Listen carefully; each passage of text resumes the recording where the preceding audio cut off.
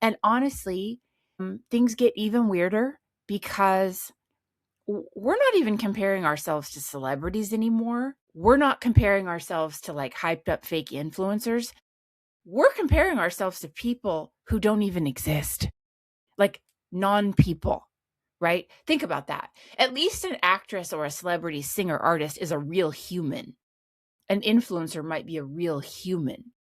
But when you look at AI, there's no genetics, there's no hormones, right? There's no bad angles, no bad lighting. It's so there's no postpartum fupa, there's no history, there's no humanity. It's just a caricature. But our brains start to process that as normal.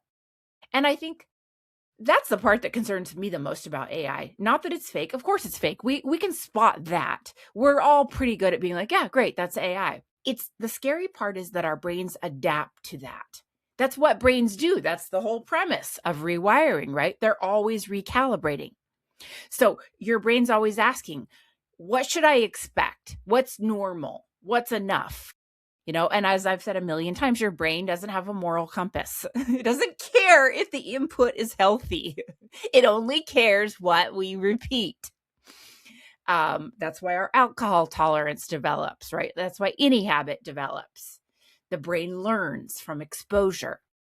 So if we tie this back to beauty and we're training ourselves to lose our tolerance for the ordinary human face, not just in the beauty world, but in everything. And nothing was more apparent to me than this feeling of, I guess, I'm not that bad. I'm not that different, weird, abnormal.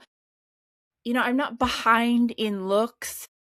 Although people are, quote, looks maxing and douche maxing, maybe I am a little behind in that capacity because I'm just not keeping up with the Kardashians. But you see what I'm talking about here is people in real life, they change your perception of beauty, and it changes what your brain is accustomed to seeing and expecting, I guess. I looked at faces of all races, all nationalities, all ages. And when I got home each day back in my hotel room and I looked at myself, there was this softening toward the human that I am, the woman that I am, and I can look at my face a little bit more like, yeah, she's been around the block a time or two. You have laugh lines because of this. Your teeth are this way because of this. I'm full of stories. I'm full of history.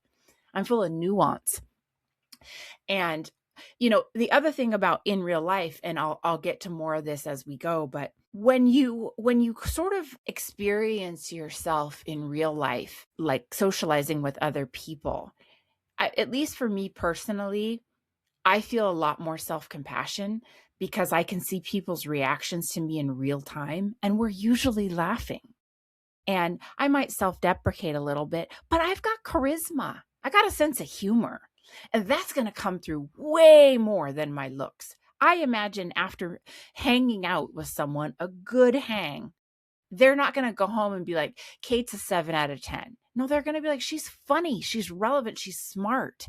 They're going to notice the way that I make all these facial expressions and that I am basically an SNL skit walking. And I always impersonate other people and I make ridiculously obnoxious gestures. But, there's a humanity to that.